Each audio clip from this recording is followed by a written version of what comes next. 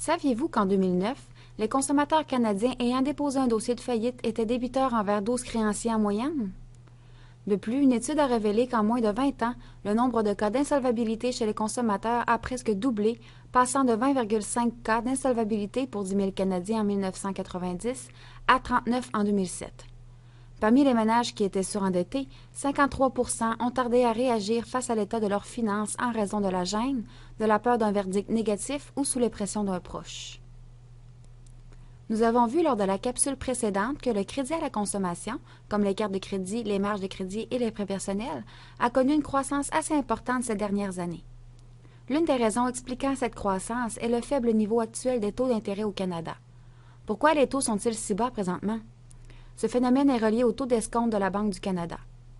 Le taux d'escompte correspond au taux d'intérêt que la Banque centrale demande aux banques à charte pour leur prêter des réserves de liquidité. Ce taux sert donc de point de référence pour l'ensemble des taux d'intérêt au Canada, ce qui inclut bien sûr les taux d'intérêt sur les prêts consentis aux consommateurs. On comprend donc que lorsque le taux d'escompte est faible, l'ensemble des taux d'intérêt au Canada seront faibles également et vice-versa. On peut voir sur ce graphique que le taux d'escompte décroît depuis plusieurs années. Les taux d'intérêt influencent directement le comportement des consommateurs. Lorsque les taux d'intérêt sont faibles, les gens auront une propension à emprunter davantage, tandis que des taux plus élevés encouragera les gens à épargner. Le taux d'escompte est donc l'un des moyens employés par la Banque du Canada pour contrôler l'économie et l'inflation. Le risque, lorsque les taux d'intérêt sont bas comme ils le sont actuellement, est que les consommateurs ont tendance à s'endetter davantage et deviennent alors plus vulnérables face à une hausse des taux d'intérêt. Par exemple, une personne ayant contracté un prêt hypothécaire devra renégocier un taux plus élevé après son terme. Si cette personne ne dispose pas d'une flexibilité financière suffisante dans son budget, sa situation peut devenir problématique. Mais les faibles taux d'emprunt n'expliquent pas à eux seuls l'augmentation de l'usage du crédit par les consommateurs. Il existe maintenant de nombreux produits de financement auxquels les consommateurs n'avaient pas accès auparavant, par exemple les cartes de crédit de magasin, de stations-service, les biens achetés à crédit, etc. Grâce à ces produits, la consommation à crédit est plus accessible que jamais. De plus, l'incompréhension de certains consommateurs face à ces produits, combinée à des techniques de commercialisation de plus en plus raffinées, rend les individus plus vulnérables devant ces divers moyens de financement. Le problème ne réside pas dans l'utilisation du crédit, mais plutôt de la manière dont on s'en sert. En effet, l'endettement excessif peut conduire au surendettement, c'est-à-dire à l'incapacité pour un individu à faire face à l'ensemble de ses dettes personnelles. Voici quelques signes avant-coureurs d'une situation de surendettement. Le paiement de vos comptes est souvent effectué après la date d'échéance. Vous devez emprunter régulièrement pour pouvoir joindre les deux bouts. Vous êtes incapable d'effectuer les paiements complets exigés par vos créanciers. Vous utilisez vos cartes de crédit par nécessité plutôt que par commodité, ou bien vos créanciers doivent vous contacter régulièrement pour réclamer leur remboursement. Lorsque ces signes se font sentir, il n'est pas nécessairement trop tard pour s'en sortir. Mais avant d'agir, il est important de comprendre l'impact du surendettement sur sa santé financière. Dans une situation de surendettement, notre solde budgétaire est rarement positif. On doit souvent s'endetter davantage pour joindre les deux bouts et la situation peut devenir rapidement hors de contrôle.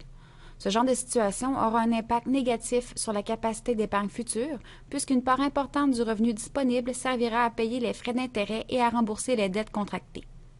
Bien évidemment, cela ne laisse pas beaucoup de place à l'épargne pour les projets financiers.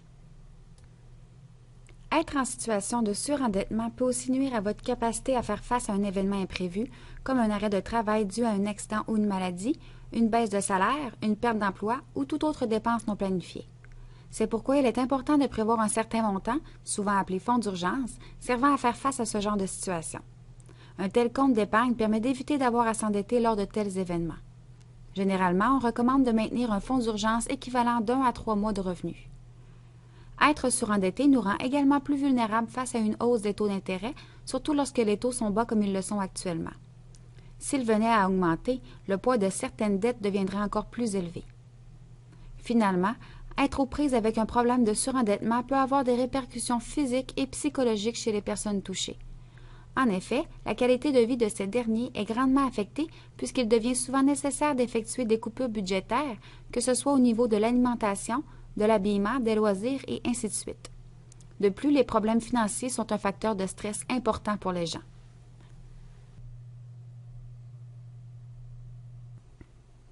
En cas de surendettement, la première chose à faire est le réaménagement du budget familial, surtout si la source de vos difficultés financières est vos habitudes de consommation. Établir un budget consiste à prévoir les revenus et les dépenses de la famille pour une période de temps donnée, qui est normalement d'1 an. Mais avant toute chose, une analyse des dépenses est nécessaire. Pour ce faire, on doit regrouper ces dépenses actuelles par grands postes, soit logement, transport, vêtements, nourriture, etc., ce qui permet de comprendre où va son argent et de déceler les dépenses superflues sur lesquelles on peut apporter des changements. Une fois que l'on a décelé les problèmes dans nos habitudes de dépenses, on peut maintenant élaborer un budget équilibré et réaliste qu'on sera en mesure de respecter. Bien sûr, le budget ne sert strictement à rien si on est incapable de le respecter. C'est pourquoi un suivi rigoureux est nécessaire suite à son élaboration pour se donner toutes les chances de réussir. Si vous êtes en surendettement et donc que vous avez de la difficulté à rembourser vos créanciers, une autre solution envisageable est de négocier avec ceux-ci. Pour ce faire, informez-les le plus tôt possible de vos problèmes financiers et tentez de négocier des ajustements avec eux. Par exemple, vous pourriez proposer d'étendre les paiements sur une plus longue période ou bien vous pourriez négocier un taux d'intérêt moindre. Généralement, les créanciers ne sont pas fermés à la négociation puisqu'en bout de ligne, ils veulent récupérer leur argent. Vous pourriez également envisager de vendre certains actifs, ce qui vous permettrait de dégager de liquidités pour ensuite rembourser une partie ou la totalité d'une dette. La consolidation de dette est un prêt qui permet de regrouper l'ensemble des dettes d'un individu de façon à réduire les divers paiements à un seul versement plus petit qui sera échelonné sur une plus longue période de temps. L'avantage de la consolidation est qu'avec un seul paiement à effectuer, les dettes deviennent plus simples à gérer. De plus, si les modalités de paiement sont respectées, la cote de crédit n'est pas entachée. Cependant, comme le prêt est amorti sur une plus longue période, à long terme, la charge d'intérêt totale est assez élevée. Il est important de changer de comportement vis-à-vis le crédit après une consolidation, autrement on risque de se retrouver au point de départ.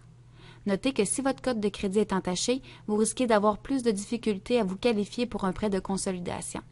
Donc, si vous sentez que vous êtes en surendettement, ne tardez pas trop si vous désirez profiter de cette solution. Certaines options sont également envisageables en dernier recours pour contrer le surendettement, entre autres le dépôt volontaire. Il s'agit d'une mesure prévue au Code de procédure civile permettant de rembourser ses dettes en remettant périodiquement à la Cour une partie déterminée de ses revenus. La Cour distribue ensuite ce montant à tous les créanciers en proportion de leurs créances.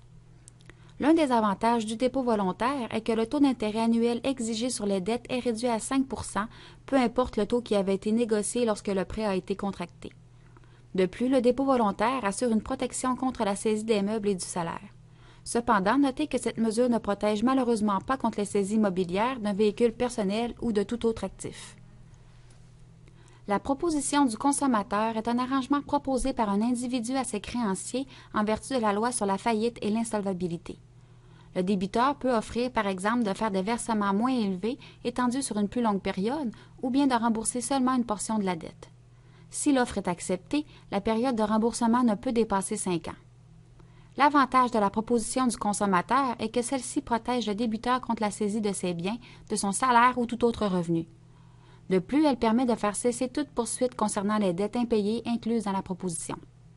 Cependant, l'offre doit être acceptée par la majorité des créanciers pour que la proposition puisse entrer en fonction. Il faut donc que l'offre soit avantageuse pour les créanciers comparativement à une mise en faillite. Un autre inconvénient est que suite à la proposition du consommateur, une note est mise au dossier de crédit du débiteur.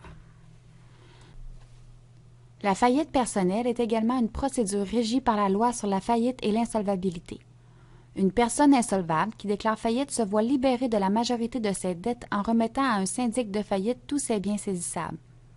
Le syndic vendra ensuite les biens pour rembourser les créanciers avec l'argent de la vente. Notez qu'une faillite peut être volontaire ou forcée.